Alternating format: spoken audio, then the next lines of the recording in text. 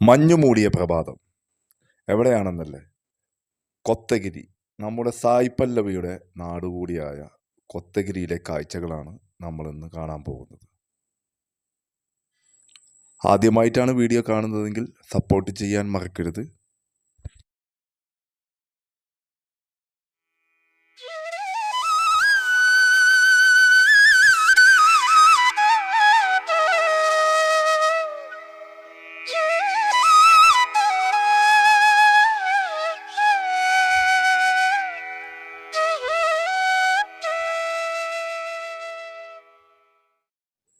കൊത്തഗിരി യാത്രയിൽ വഴിയരികിൽ ഒരു വീടിൻ്റെ മുന്നിൽ കണ്ട കാഴ്ചയാണിത്.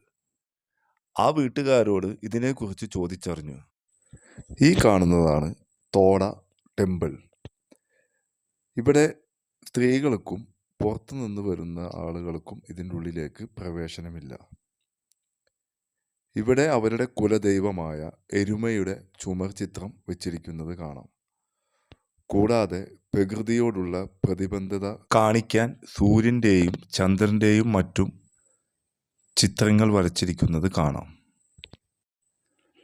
ഒരു കാര്യം പ്രത്യേകം ശ്രദ്ധിക്കുക, അവരുടെ അനുവാദമില്ലാതെ ഇതിൻ്റെ അകത്തേക്ക് കയറാനോ ഇതിൻ്റെ ഫോട്ടോസോ വീഡിയോസോ എടുക്കാനോ അനുവദിക്കുന്നതല്ല. അപ്പോൾ അവരോട് അനുവാദം ചോദിച്ചിട്ട് നമുക്ക് വീഡിയോ എടുക്കാനും ഫോട്ടോ എടുക്കാനും. കോട്ടഗിരിയിലെ പോപ്പുലേഷൻ കൂടുതലും ബഡുഗാസ് ആണ്.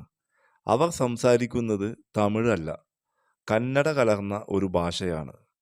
നമ്മുടെ സിനിമാ നടി സായ് പല്ലവിയുടെ നാടുകൂടിയാണ് കോട്ടഗിരി.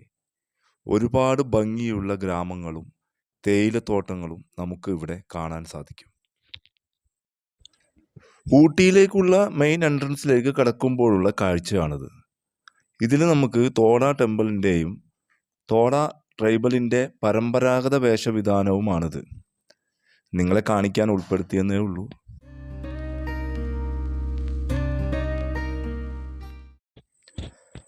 തട്ടുതട്ടായിട്ടുള്ള കൃഷിരീതിയാണ് ഇവിടെയുള്ളത്. കാണാൻ അതിമനോഹരമാണ്.